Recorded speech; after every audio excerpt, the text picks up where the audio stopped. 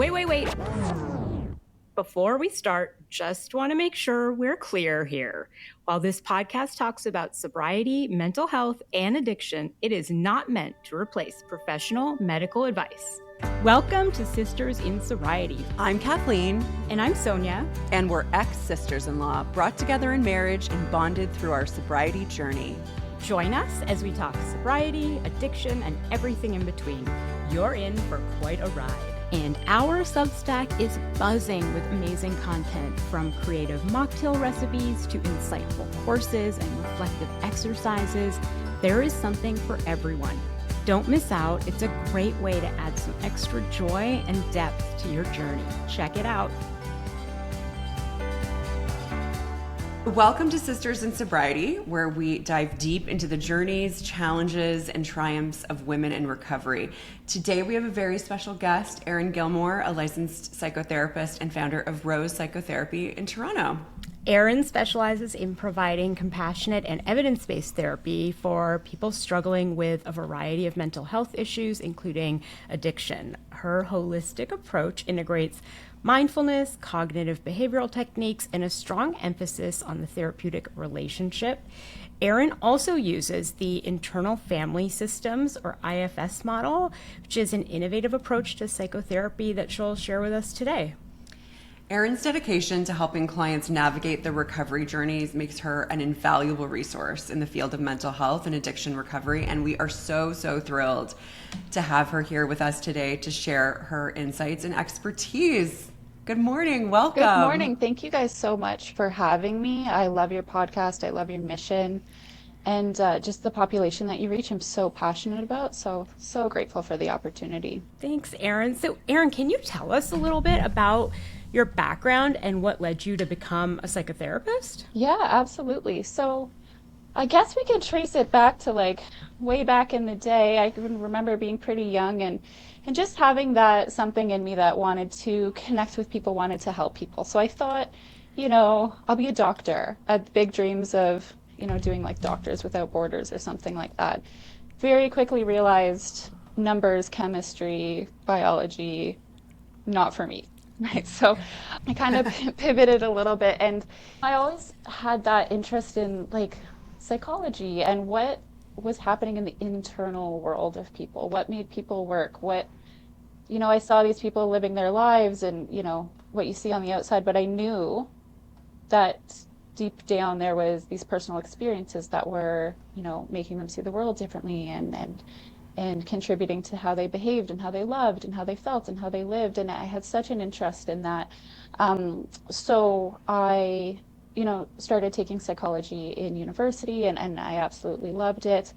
And then, I had my own struggles. I'm in recovery from addiction and an eating disorder, and experiencing that firsthand gave me such an interest and a passion for just not only just figuring it out, but just connecting with that depth in people. So I'm in recovery, and that's been a beautiful experience that's shaped my life, and it also shaped my career. It's given me such a deep passion for connecting with people in that way and trying to help when a lot of the world shies away from that. Yeah. What inspired you to start Rose Psychotherapy? So I became licensed. I worked in the field for many years in treatment settings and working with people in organizations, community mental health. Absolutely loved it. Working in the front lines, working with people in their crisis spots and seeing them come out of that. And so beautiful, such a beautiful journey, and being able to connect with people in that way. And I did come up against some limitations, right? So in terms of community mental health and some of those programs, it's very time limited.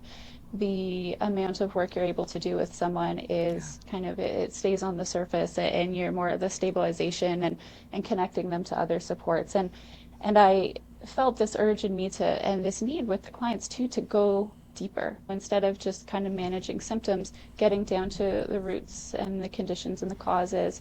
But I wasn't able to do that in my previous roles. So I always knew I wanted to be in private practice, be able to follow these clients along their journey in a deeper, more holistic way. And it took kind of some life circumstances on my end, having a couple babies, to give me the space and the motivation to, like, I'm going to do this. I think I could do this. I think having the babies made me realize, like, yeah, I actually probably can do scary, hard things. So I'm going to just take a leap of faith and I'm going to see how it goes. And it's just been such an amazing experience. Also, I wanted to be able to provide. It's interesting. There's a lot of community mental health agencies and a lot of people who come out of college and are able to work with addictions. But if you get higher up in the kind of tiers in terms of psychotherapy, there wasn't a lot of licensed psychotherapists, registered psychotherapists who did addiction-specific work with addiction-specific training. And I noticed and I felt in the community a little bit of a fear or like a shying away of like, oh, if it's addictions, we refer out. I don't do addictions. And I thought, I do addictions. I'm going to do addictions, right? And be that place and be that support. So that's really where the idea of Rose Psychotherapy came from. That's amazing. I'm really happy to hear that evolution from you. So I'm really excited to dive into this today. And as a psychotherapist myself, I'm always really interested in learning about therapeutic modalities and how they can be used for addiction, sobriety. And I've been lucky enough to have a great therapist myself who has used IFS with me. So I've been on the client side of it. But I'm hoping that you can just launch in and start to explain what IFS is, or internal family systems, and how it works. Sure, absolutely. Yeah. I love IFS too, and I very much relate to, like, I just have to stop myself from taking all these different trainings because I'm so interested in the different modalities people use. Oh my gosh. IFS is a modality that drew me to it years ago, and I think because of my own personal experience. So in my own recovery and the treatment and support I got during my my early recovery, there was a lot of this idea of externalizing the addict, externalizing the eating disorder as this other kind of entity, this other part of me that had its own motivations and its own desires. So what that kind of looked like is, oh, the part that wants to drink is telling you a lie right now, or the part that wants to drink is not who you are. And it helped me connect to this idea that I am not this big bad addict thing, that's a part of my experience, and that there's this other part of me that wants to be sober and is a loving, caring person in society. And so that's kind of where the seed was planted with IFS.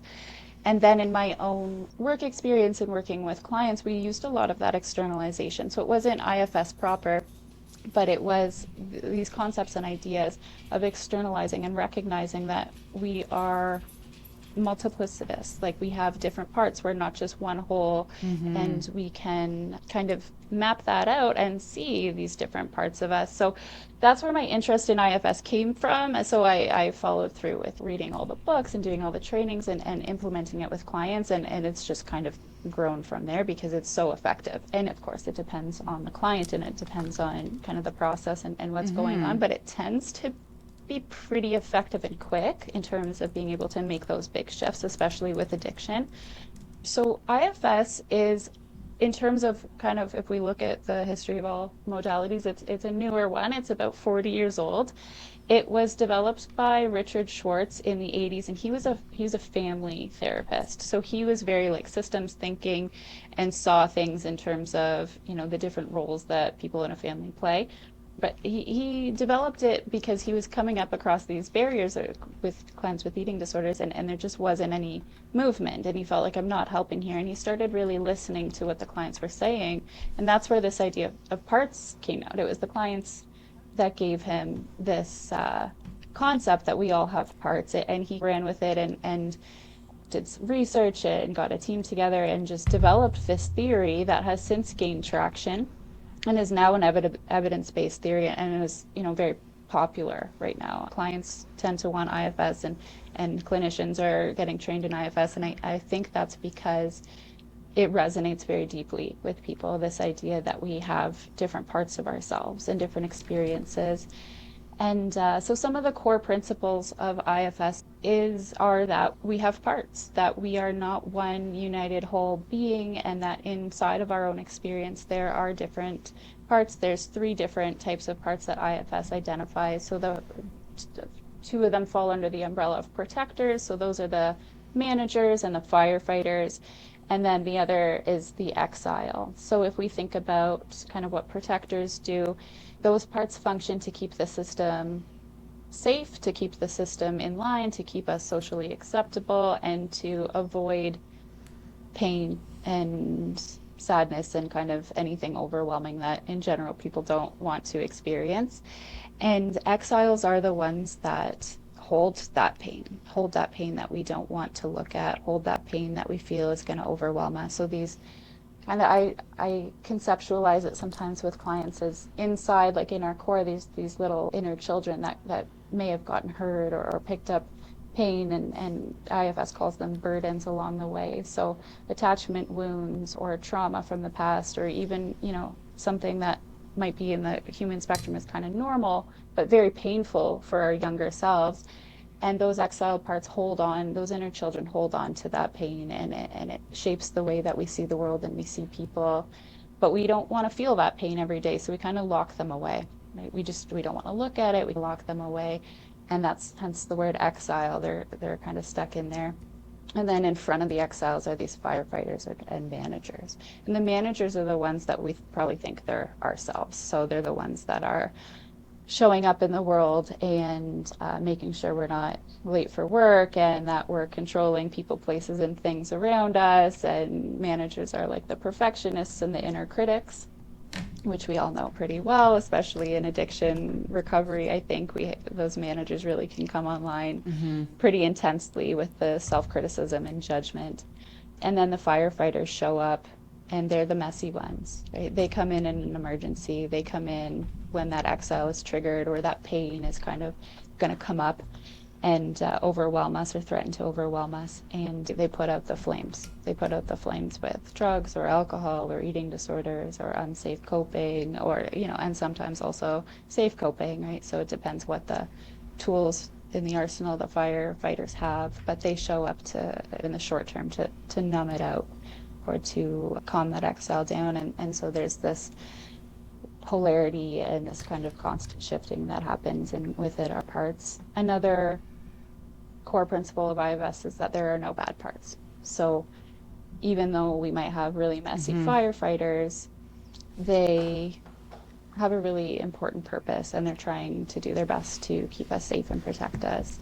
And even though our managers can be really mean and make life super difficult sometimes, they're doing their best to protect us too.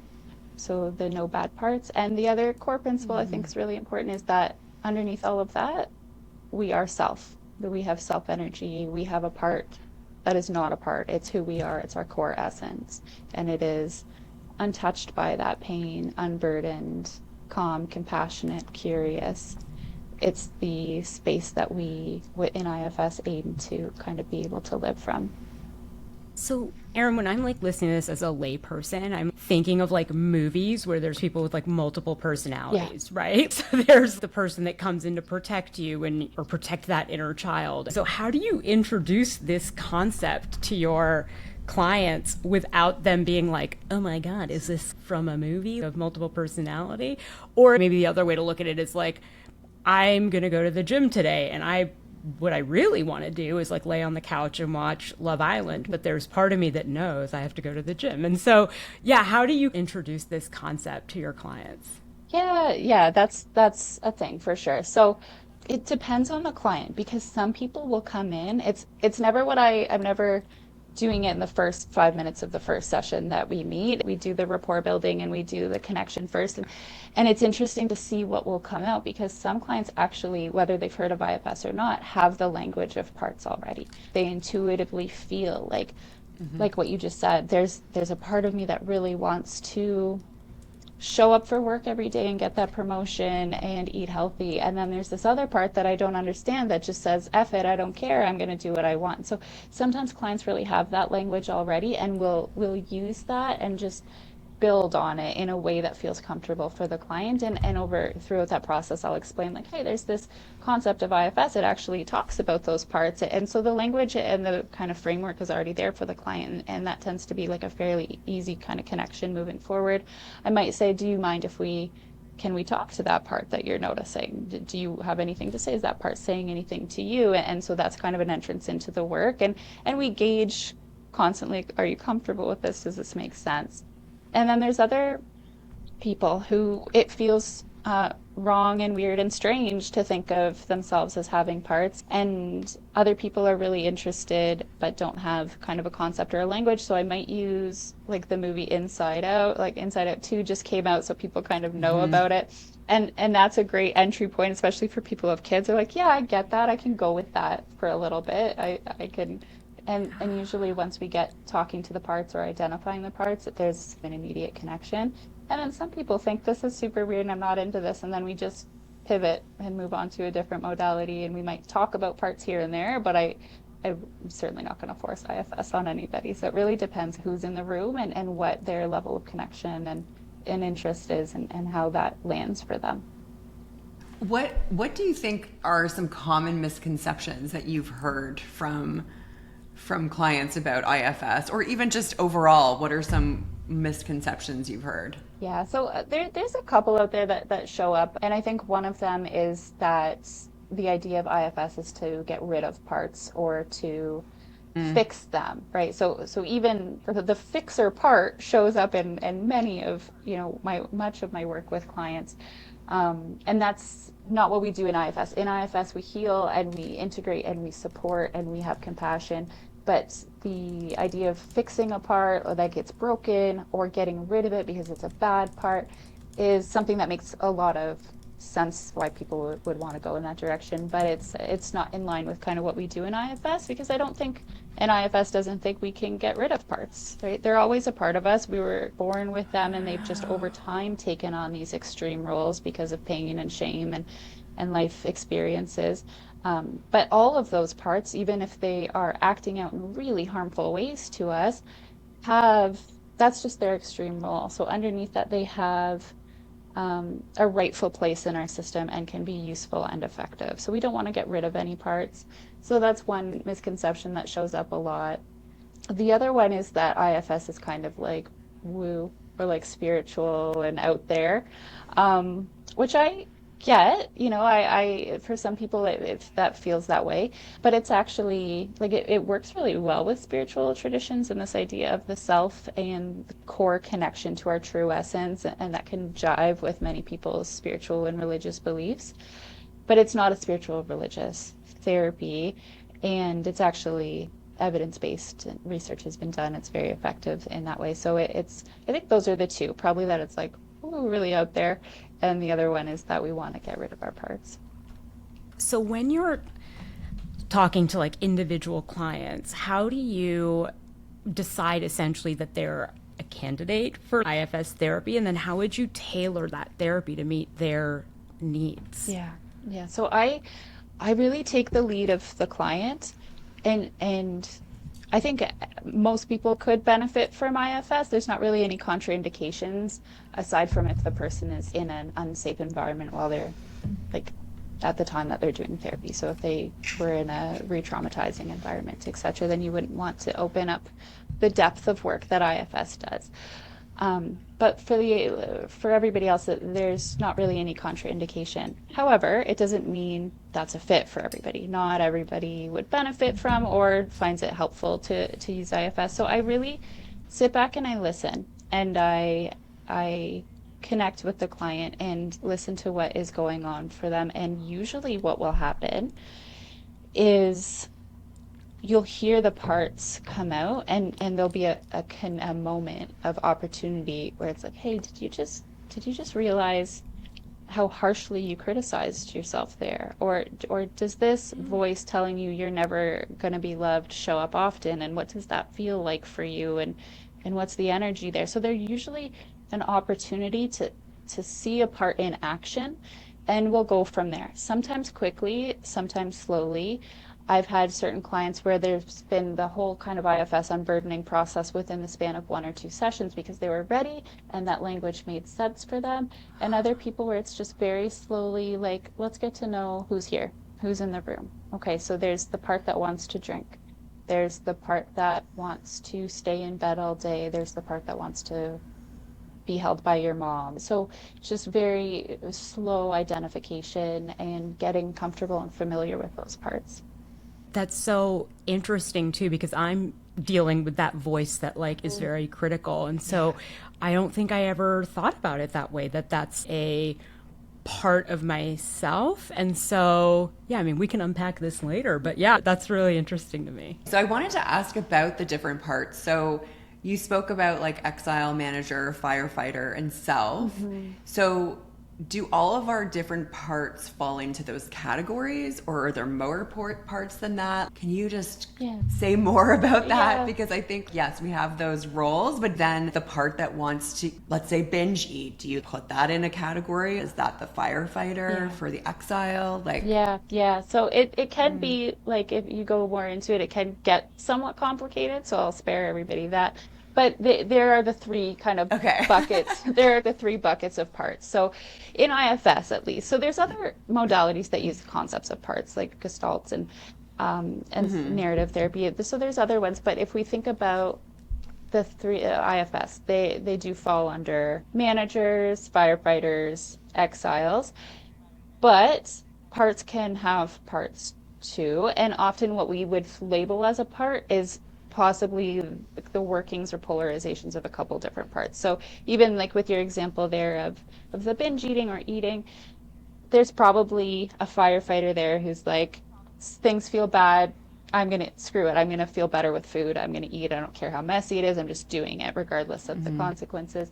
And then there's probably also a manager part in there involved too, pushing up against it with the shame and the guilt, which just perpetuates that firefighter part. And then underneath that is like this pain from the exile that's been triggered. So there are just the three different types of parts, but they feel different, they look different, and people have many managers, many firefighters, many exiles. So it's not just kind of like, oh, I have three. right. So how do you help clients identify and understand their different parts? Are you doing like psychoeducation with them first about the parts? Are you helping them name them in the moment? How is that process? Yeah, so there's a couple different ways to go about it, and really also client-led. I tend to try to avoid lots of me talking about the theory because clients don't care.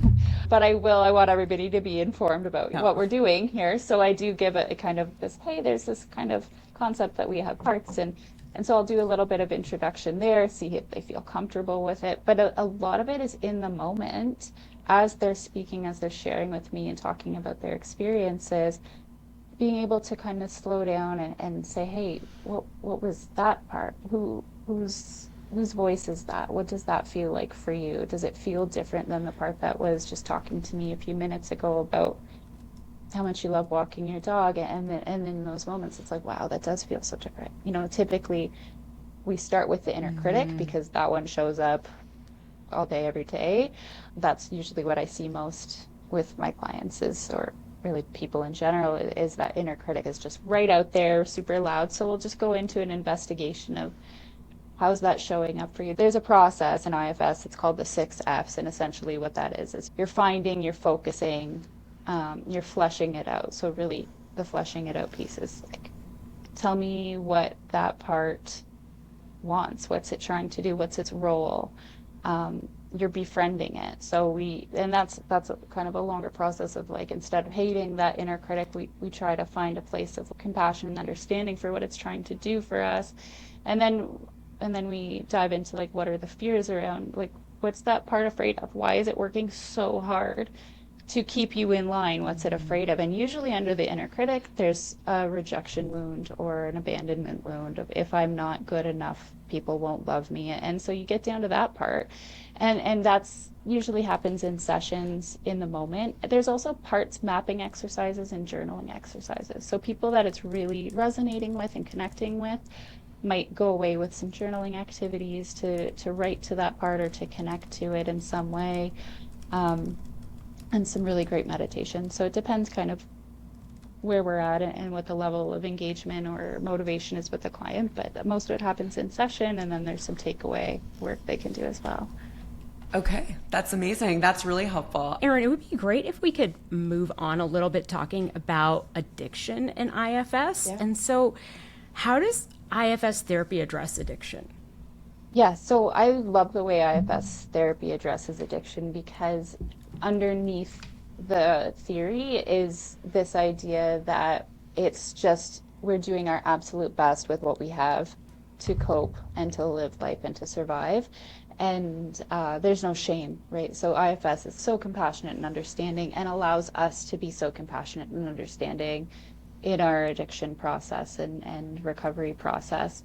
So the core of how IFS views addiction is that it's upheld by arguments, polarizations between our different parts. So the part that would drink or use or act out in some sort of addictive behavior would be that firefighter part, the one that's called in an emergency because things are getting triggered, things are getting too real, there's pain threatening to come up, that exile is triggered, and so the firefighter will use drinking, drug use, etc., to put out those flames. But then the firefighter's out, and it's like, I'm gone, I left this mess here, and it's the managers who have to clean up that mess. So the managers then come in after the drinking or using and are like, you're a loser. Why did you do that?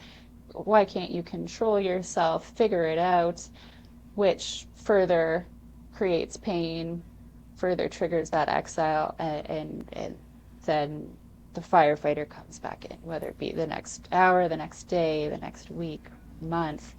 Eventually the pain from that manager, from that shame, and whole process of how we feel after engaging in a addictive behavior gets to be too much, too painful, and so that firefighter's called in again to put out the flames. And the firefighter doesn't care what the consequences are, but the manager really, really does. So they're constantly in this kind of polarization, and underneath that process is this exile that's like, the system says we can't go there, we can't see that. And the exile, usually when clients are able to get there and connect with that exile, is what they would call the root of the addiction in itself. So that original wound, that original, whether it be trauma, or it's usually stuff from childhood, right? The exiles are usually pretty young, those inner children that have been hurt, and some of the imagery that people give me when they're able to connect to that exile, it just is so vivid and so real, and tells me so much about why they drink or use. And usually the imagery is like, that exile feels like a little girl alone in a closet while her parents are yelling. That exile feels like I'm trapped and nobody can hear me yelling. Like, so really powerful imagery, and tells me so much about the pain that person's carrying around. And is usually a huge turning point for clients when they recognize, this is what I've been running from. This is where the addiction comes from. So there's a couple of different processes there, but essentially, in a nutshell, IFS views it as polarizations, and addiction is held up by these different connections and frustrations that the parts have, trying to help us survive in ways that are really not effective. So I'm assuming that you would never go straight to the exile, No. that you would work with the protective parts first, and the manager and the firefighter, because it would be, first of all, I'm assuming not effective to go to the exile parts. You wouldn't be as clear. A client may not see it as clearly, and also could be potentially traumatic to go straight there.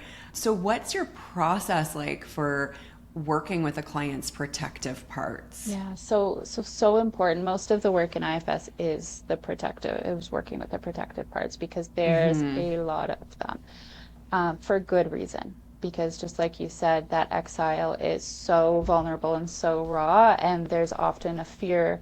The system has this knowledge, this fear that touching into that exile will completely overwhelm them. There's so so much caution to just never get there, which makes sense why the firefighters are then so active, because they're like, you shall not pass.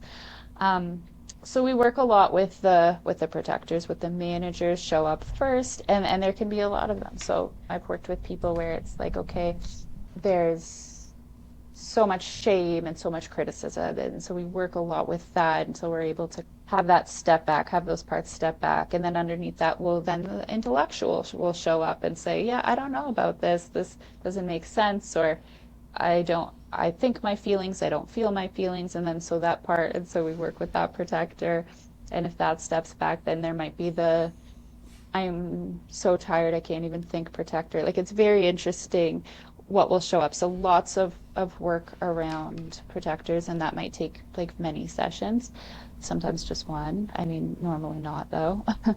And once there's safety in that system and the client's on board fully and has felt the change that happens when protectors do step back, the way to the exile, it just comes up naturally when it's supposed to, but we certainly would never push. I mean, certainly that's a really sacred, vulnerable space that will show up when it's ready to.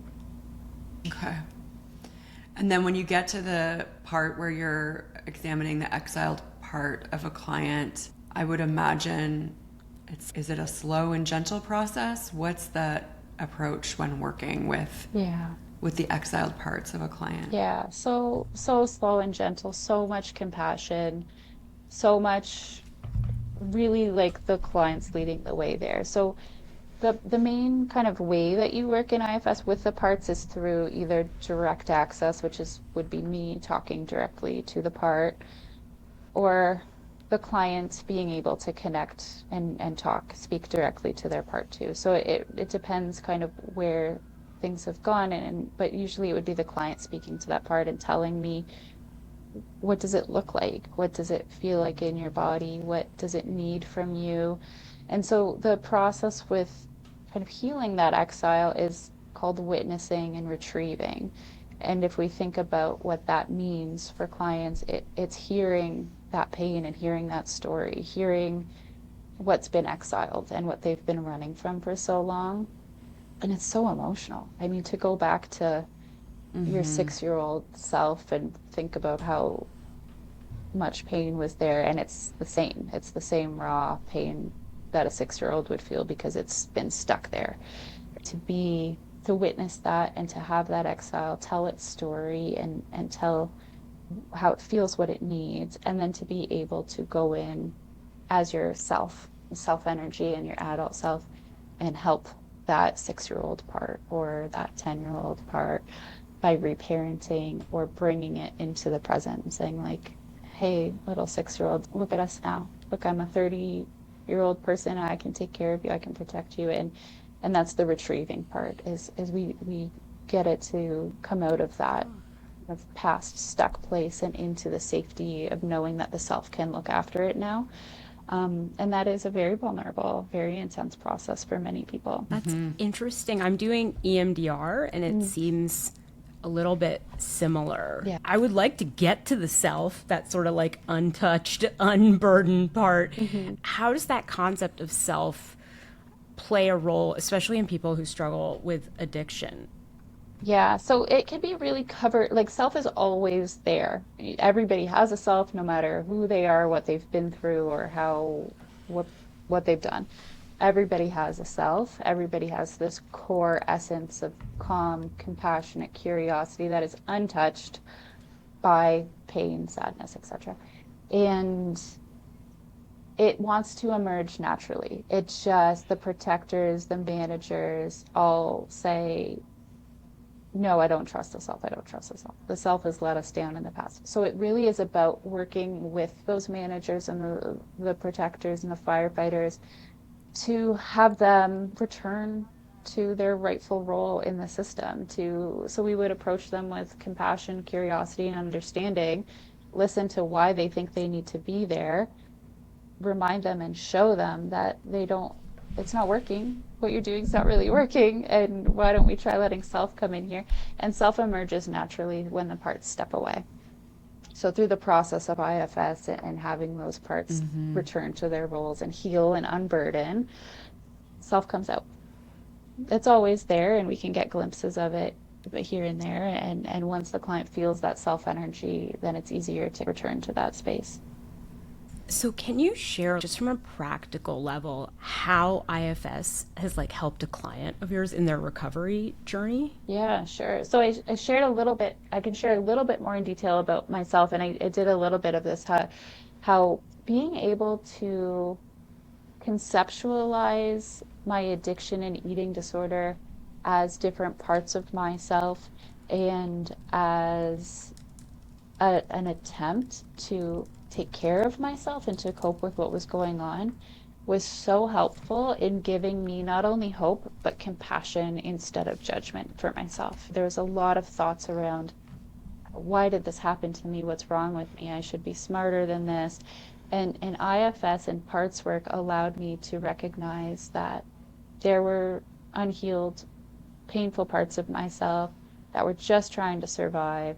And so it gave me that compassion and allowed me to practice self-care of those parts and of myself. So in that way, it helped me so deeply. And I've seen the same with clients. So being able to move from the place, I don't know if this is in the research anywhere, but just what I've seen in my own experience is that self-criticism and shame is such a prevalent, if not the most prevalent factor in people who struggle with addictions. The hatred people have for themselves and the shame that they carry is so big that it just blocks out the sun. They're just not able to see anything good about themselves or even hope sometimes. And IFS really allows people to step back from that a little bit and connect with other parts of themselves that are not quote unquote bad in their eyes, and move away from shame and into understanding and compassion. So in terms of addiction recovery, that compassion piece is huge, and IFS gives that to people pretty quickly. Understanding why they do what they do also can be so effective for some people, and connecting with those parts on a deeper level gives them that understanding. Also, recognizing, okay, this is my firefighter, this isn't me, this isn't who I am, this is my firefighter. And if it wants to drink, maybe we can give it some other tools right now. Maybe we can give it the tool of reaching out to a friend, or journaling, or something else to put out those flames that isn't alcohol, that isn't drugs. And so there's been, with clients, pretty quick shifts in their ability to understand what's going on, why, have compassion for that, and then use some new skills and tools.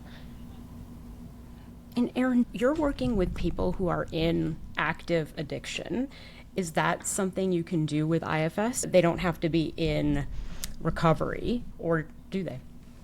So it depends on the client. So sometimes active addiction can look like binge drinking every weekend, or using substances, or engaging in behaviors every once in a while, and they show up to sessions and they're like, I'm here, I'm ready to do the work. Sometimes active addiction looks like it's really hard to even access any part aside from the managers and the firefighter. So it's absolutely possible to work with people in active addiction, but the level of depth that people are able to go to is obviously dependent on who they are and how they're showing up.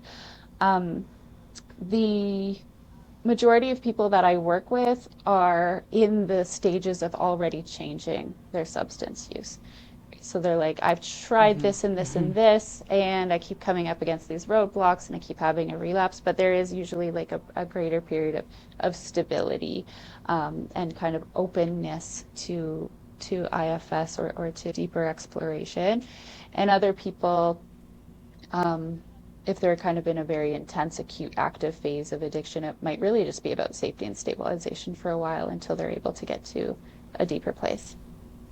So I'm curious, how do you integrate IFS with other therapeutic modalities in your practice? Yeah, so I take the client's lead, whatever the person needs in the session, whatever seems relevant in the session. I am eclectic in terms of, I'm trained in a few different modalities. I will use what seems like it would help the client in the moment. I would say with a big chunk of my clients, we'll talk a lot about parts and identifying them and do some work around unburdening them, but it's not IFS pure IFS, right? I would also incorporate, so I use ACT, I use mindfulness, somatic experiencing, etc. So if it seems relevant, it seems helpful, we'll do too. Okay, so we're working with this part, and let's connect with the breathing and the body and see what's going in there. Let's do some psychoeducation around trauma responses. Let's do a safety plan. So it really depends on the flavor of the session and the client's needs at the time. I'm curious because I have a background in mindfulness and I use mindfulness a lot in my practice. So how does mindfulness fit with IFS? So I think it does. I think mindfulness fits with everything, truly. And mindfulness is... Me too. I think so too. Yeah, mindfulness is always helpful. If we think about, so even just a cognizant awareness or a connection to the parts, so we might really do some good work on digging into like, wow, look at those parts, you know, let's be aware of those parts. And then the mindfulness will show up in terms of, as you go outside of session and live your life, let's practice some mindfulness around what part's showing up for you. So it's very helpful in that way. And also I think underneath it, it's like the feeling of mindfulness where we're detached, but in a good way. We are aware, we are able to act and participate in life, but we are not hooked and caught up and run around in all these different directions by emotions and fears and thoughts, is the same energy as being in self. So self is unhooked. Self is unattached to these big feelings and emotions that would have us on that roller coaster every day. And I think mindfulness is the same, right? Where we're able to step back and be peaceful, calm, confident in our ability to live life without being dragged around by these thoughts and emotions. And so in that way, mindful awareness and self-energy feel the same sometimes. So Erin, you just mentioned a little bit about like that mindfulness piece and how clients can be aware of what parts are showing up for them in between sessions. How else can clients continue to work with their parts outside of therapy sessions?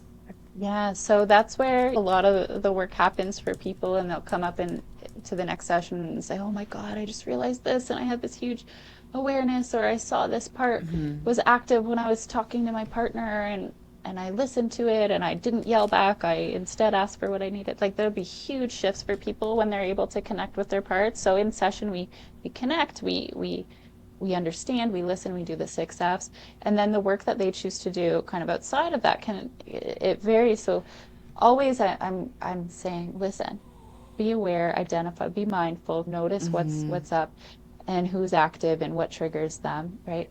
But there's really great IFS journaling activities. Writing obviously so powerful as a release, but also as a way to continue forming those connections and hearing the voices of our parts and what they need from us or what they're trying to do. Really great IFS journaling activities, really amazing IFS meditations, self-meditations. And there's even like parts mapping exercises. So people could, it's not as complicated as it sounds. It's really just drawing on a piece of paper, like what parts do you know are there in your system, drawing your system, what parts do you know are there? Let's give them a name. What do they look like? And so that would just be a quick activity as well. But let me just, okay. So this is the No Bad Parts book, which is Richard Schwartz's book. And in there, and you can even Google them, is the IFS meditations, self-guided meditations, self-guided journaling exercises, etc. So lots of cool tools. One of my favorite things to give as homework for clients who are very motivated and interested in exploring these parts is to write a letter to usually the part that they have the most kind of hate towards or the most fear about. So usually a manager, usually an inner critic. Write a letter to that, like a forgiveness letter, or write a letter from that part, kind of give it a voice. What's it trying to do for you? And that's usually a pretty quick way to access those parts and to access the compassion that comes with understanding why they do what they do. Those are really great practical tips. So thank you. That's very helpful. Thank you, Erin, so much for sharing your insight and wisdom with us today. And we learned so much, and I am quite certain that our listeners have too. We would love to have you back to talk about co-occurring disorders. You do have experience working in eating disorders as well, and how they co-occur with addictions. And we will link to Erin's website in the show notes. Thank you so much for having me. Thanks, Erin, and thank you for listening to Sisters in Sobriety, and we'll see you next week. This was Sisters in Sobriety. Thank you for listening and being with us today. If you want to learn more about sobriety and meet your community, find us at sistersinsobriety.substack.com. Are you a sister in sobriety? Then reach out on social media. We'd love to hear from you. If you're feeling generous, leave us 5 stars and a review and follow us wherever you listen. You'll never miss an episode. Until next time.